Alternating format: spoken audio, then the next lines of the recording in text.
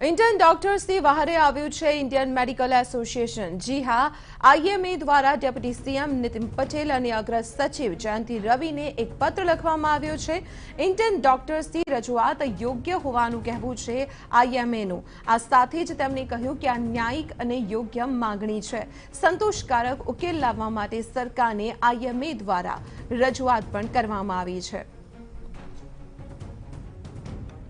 तो आपने जणावी दे कि राज्यમાં 2000 થી વધુ ઇન્ટર્ન્સ ડોક્ટર સતત 2 દિવસથી હડતાલ પર છે અને તેમની અચોક્કસ મુદતની આ હડતાલ છે। આજે બીજા દિવસે પણ ડોક્ટર્સ હડતાલમાં જોડાયેલા છે। ગઈકાલે ડેપ્યુટી સીએમ નીતિન પટેલે પણ ચીમકી ઉચ્ચારી હતી કે તમામ ડોક્ટર્સ પરત સેવા પર હાજર થઈ જાય, નહીતર તેમની ગેરહાજરી ગણાવવામાં આવશે। જો કે ઇન્ટર્ન્સ ડોક્ટરની જે માંગો છે તેને લઈને ઇન્ડિયન મેડિકલ એસોસિએશન તેમના સમર્થનમાં આવ્યું છે અને તેમને ડેપ્યુટી સીએમને એક પત્ર લખ્યું છે અને સાથે અગ્ર સચિવ જયંતિ રવિને પણ એક પત્ર લખવામાં આવ્યો છે અને તેમાં રજૂઆત કરવામાં આવી છે કે ઇન્ડિયન ડોક્ટર્સ દ્વારા જે માંગ મૂકવામાં આવી છે તે માંગ યોગ્ય છે।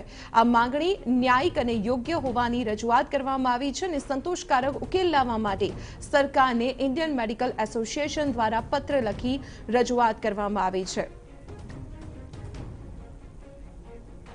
तो इंडियन मेडिकल एसोसिएशन प्रमुख देवेंद्रभाई पटेल अत्यारे आपणी साथे फोन लाइन पर जोड़ायेला छे। देवेंद्रभाई, एक पत्र लखवामां आव्यो छे डेप्यूटी सीएम अने जयंति रविने के जेमां इंटर्न्स डॉक्टरनी जे मांग छे ते योग्य आपना द्वारा गणाववामां आवी छे। बीजी शुं रजूआत कराई छे? इंटर्न्स डॉक्टर छेल्ला घणा वखतथी कोरोना वोरियर तरीके काम करी रह्या छे। तेમને સ્ટાઇપેન્ડ 12,000 થી 13,000 વચ્ચે મળી રહ્યું છે।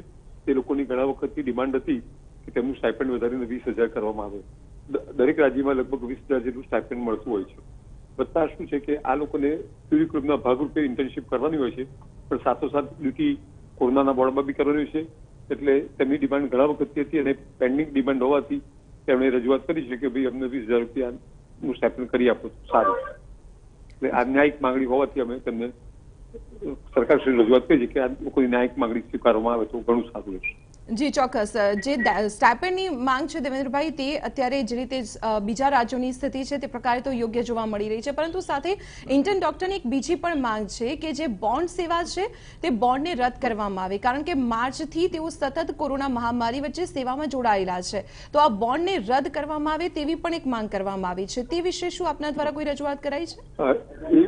તે વિશે શું કે તેમણે સરકાર અને આરોગ્ય વિભાગ અને શિક્ષણ વિભાગ સાથે ચર્ચા કરીને આનો યોગ્ય નિર્ણય લેવો જોઈએ એવું અમારું માનવું છે। જી ચોક્કસ। દેવેન્દ્રભાઈ, ગઈકાલે જ ડેપ્યુટી સીએમ નીતિન પટેલે પ્રેસ કોન્ફરન્સમાં કહ્યું હતું કે ડોક્ટર્સની જે હડતાલ છે આ પરિસ્થિતિ વચ્ચે ગેરવ્યાજબી છે। સરકારે આ માંગને ગેરવ્યાજબી ગણાવી દીધી છે અને આ પરિસ્થિતિમાં આપણે રજૂઆત કરી છે। ઘણા વખત આ લોકોની માંગણી પડતર હતી અને સરકાર દ્વારા સ્વીકારવામાં ન આવવાથી આ પગલું ભર્યું છે।